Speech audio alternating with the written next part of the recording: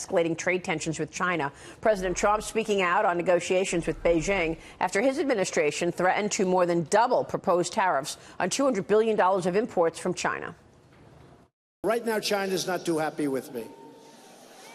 But I have great respect for President Xi, and I have great respect for China. It's not their fault that our leaders were stupid. We got ripped off. It was a massive, massive transfer of wealth to other countries. The politicians just watched as other countries stole our jobs, plundered our wealth, and looted the crown jewels of the American economy. This comes as a new poll shows that President Trump's approval rating at 50% is 5 points higher than President Obama's at the same time in his presidency. Joining us now, the Assistant Secretary of Treasury for Public Affairs, Tony Sayegh. Tony, good to see you. Good morning, Maria. Great to be with you and the panel. Where are we on trade right now? Because we have all these great economic numbers that we're talking about, 4.1% GDP. We're expecting a good jobs number. But there's always that looming worry that these trade issues, the dispute with China in particular, will cut into growth. Maria, look, you point out to the 4.1% growth number that we had for the last quarter, which was very significant, the highest since 2014. We're on track this year to have total 3% GDP growth. That hasn't happened in 14 years. So basically, a point of that was because we're reducing our trade deficit.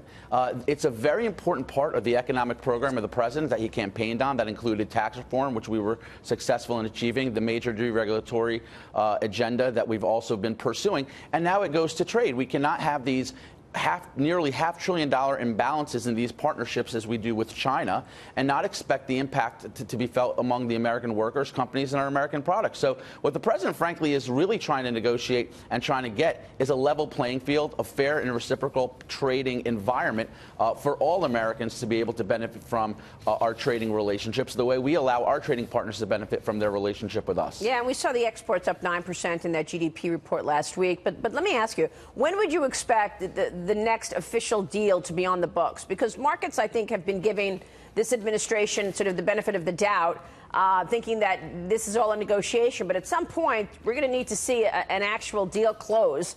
Do you think Mexico's close?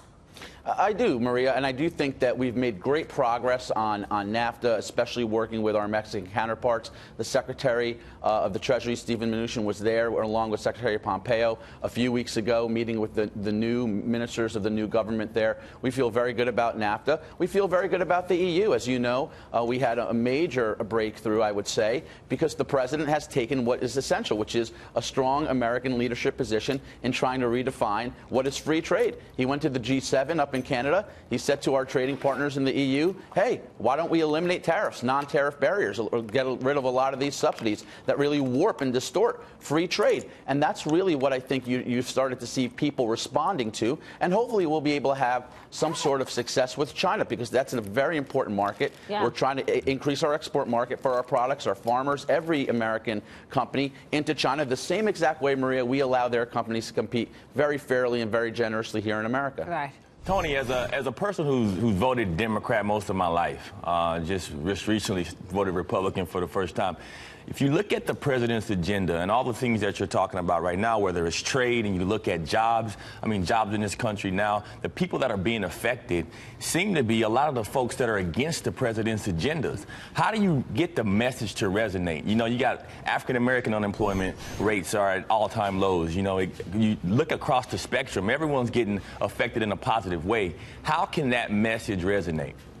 I think it's a great point. Look, I think we're very encouraged. If you look at the president's recent poll numbers, he's cracking 50% of approval in the country. I think people are starting to feel the real benefit of economic leadership that he's shown. And when we talk about growth, it's a very important number. Maria, I know you and I have talked about this many times. 4.1 is a very, very impressive number. We expect to hopefully continue on a trajectory where we have sustained 3% growth. But what does that mean? It means more Americans get to participate in the economy. For the 8 years of President Obama, we unfortunately had an average of 1.9% growth. That shuts people out of economic opportunity. When you grow the economy, you're creating, as John Kennedy and Jack Kemp used to say, the rising tide that lifts all boats. That generates not only trillions of dollars in revenue to the government, but so much opportunity, higher wages, lower unemployment, better paychecks, more entrepreneurship and investment incentives to the economy. This is why growth is so important, and you're starting to see it in a real meaningful way now under the president's leadership.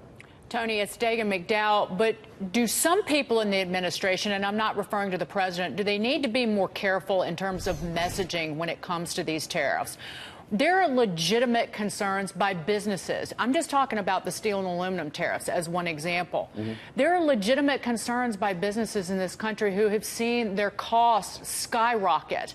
A manager from Mid-Continent Nail writing in the Wall Street Journal yesterday, but that seemingly was dismissed. It's like, oh, well, that company is owned by some company in Mexico.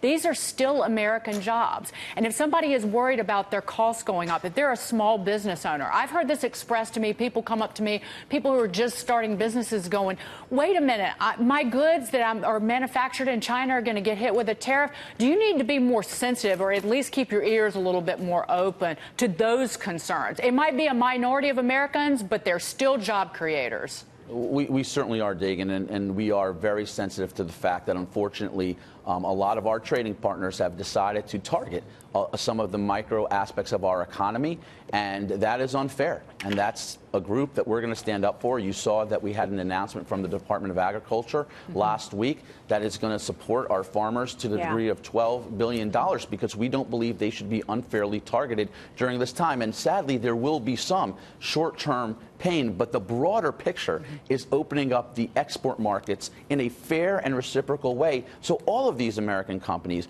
have an opportunity to participate fairly there. And we do believe in the macroeconomic picture that we will benefit as a country and certainly many sectors in our economy. Yeah, but how much pressure are you getting from other sectors? $12 billion to the farmers. Then you've got other sectors saying, well, where's my take? I'm also getting hit by higher prices, whether it's manufacturing, agriculture. So are you feeling pressure that you're going to have to, give money to other sectors as well? When does it end? And then, of course, there's the deficits. The Treasury planning on boosting borrowing amid rising federal budget deficits. Maria, first of all, let me address your first question. I think the most of the economy understands what we're trying to do and supports what we're trying to do. We're trying to give our products, our companies, our workers a level playing field. You can't do that after 40 years of policy that has not really worked in their favor without some anticipation that there will be a short-term loss. But, we do believe largely that most of this economy understands that they will benefit from the long-term practices we're trying to change on trade. When it goes toward the deficit, and you understand this, we inherited a huge deficit and a huge debt. We want to grow the economy because that's the only way you're going to solve it. We weren't able to solve it the old way, which is when you had kind of very low growth and under the last administration, and we had to change the policies to make sure we grow the economy. But long term, we do believe we'll be able to get the deficit in control as a result. All right, so we're counting on growth to pay for it. We'll be watching, Tony. It's great to have you on the program. Thanks so much. Great to have you. Thanks. Thank you, Tony Sayegh, joining us there.